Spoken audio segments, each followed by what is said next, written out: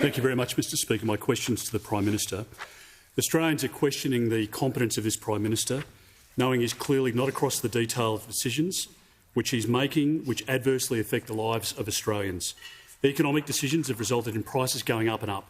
Energy policy is a disaster with power prices going up and up. The $450 million referendum was against advice and resulted in our country being divided.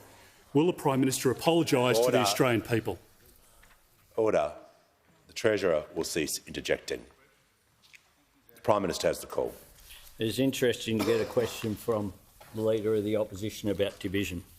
The Leader of the Opposition who's never seen a policy that he doesn't oppose.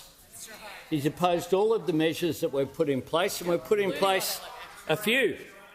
In recent times, we passed the Housing Australia Future Fund through the Parliament, unlocking $10 billion in investments in social and affordable housing, opposed by those opposite. The government committed a further $1 billion for public and community housing, opposed by those opposite.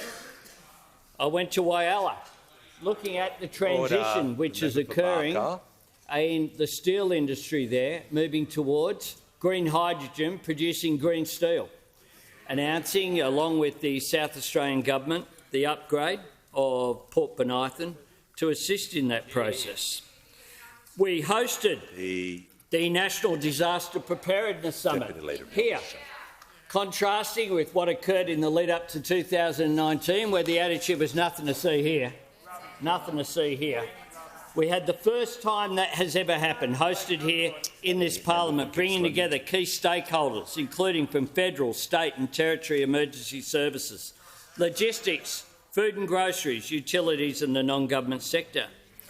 We've released the employment white paper, mapping the future for good jobs, skills and training in Australia, and we'll have more to say about that later today. We announced projects from the $2 billion social housing accelerator with the Victorian and the New South Wales governments.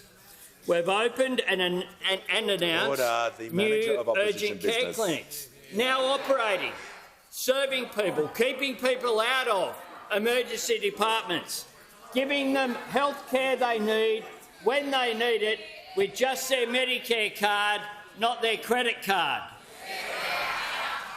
Order. We secured the release and safe return to Australia of journalist Chang Lei. Chang Lei now reunited with her family, her two wonderful daughters and her family.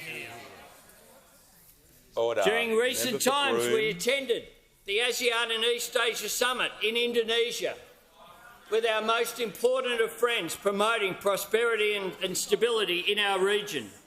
I was the first Prime Minister in 2 decades to visit the Philippines and elevate our relationship of the strategic partnership. And at the G20 in India, we advocated for Australia's interests in clean energy and economic resilience. Australia once again being around the chamber.